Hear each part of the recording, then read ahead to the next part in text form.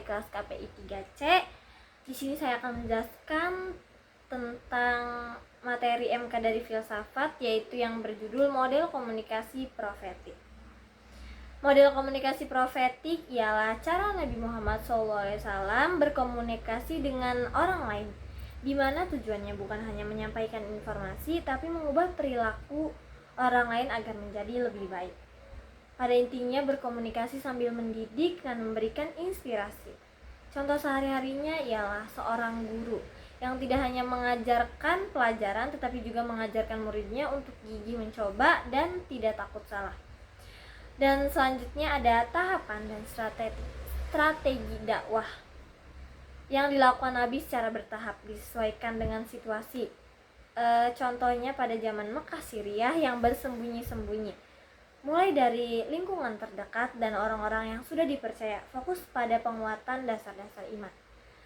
Contoh sehari-harinya, semisal kalian punya ide, nah kalian itu tidak langsung mengiklankan ke seluruh orang.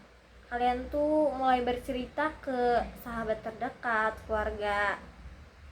Dan selanjutnya pada zaman Madinah Jahriyah, yaitu terang-terangan. Setelah komunitas kuat, dakwah dilakukan secara terbuka, terstruktur, dan mulai membangun sistem sosial yang islami. Contohnya, setelah ide bisnis ini matang dan modal terkumpul semua, barulah Anda membuka toko, melakukan grand opening, dan membuat promosi besar-besaran ke publik. Dan selanjutnya ada gaya komunikasi Nabi. Nabi Muhammad SAW menggunakan berbagai cara agar pesannya efektif. Yang pertama ada dialogis, diajak mengobrol, tidak hanya ceramah satu arah tapi mengajak bicara, bertanya, dan memberi kesempatan orang lain berpendapat atau bertanya. Contohnya diskusi santai kayak seminar ataupun di kedai. Terus selanjutnya yaitu sifat empatik, ikut merasakan. Intinya berbicara dengan memahami kondisi, perasaan, dan latar belakang lawan bicara. Pesan disesuaikan agar mudah diterima. Contoh sehari-harinya yaitu menghibur teman yang gagal ujian.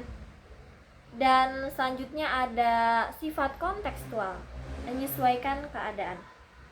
Intinya memberikan nasihat yang tepat sasaran sesuai kebutuhan orang tersebut saat itu. Contohnya saat ada orang yang bertanya tentang amal, Nabi menyarankan sedekah. Saat ada orang miskin bertanya, Nabi menyarankan agar ia bekerja keras. Nasihatnya berbeda tapi sama-sama solutif. Dan selanjutnya ada sifat teladan, memberikan contoh. Melakukan apa yang diucapkan, sikap dan perilaku adalah bukti nyata dari pesan yang disampaikan. Contohnya Anda mengajak anak untuk rajin membaca. Anda tidak hanya menyuruh, tapi Anda sendiri sering terlihat sedang membaca buku. Terus ada prinsip bil hikmah wal mau'idah al hasanah. Ini adalah pedoman utama dalam berkomunikasi atau berdakwah. Bil hikmah dengan kebijaksanaan. Intinya menggunakan cara yang paling cerdas, efektif, dan sesuai dengan akal sehat, memilih waktu, tempat, dan metode yang tepat. Contohnya mengingatkan seorang tentang kesalahan di tempat yang privat dan dengan bahasa yang sopan, bukan memarahi di depan umum.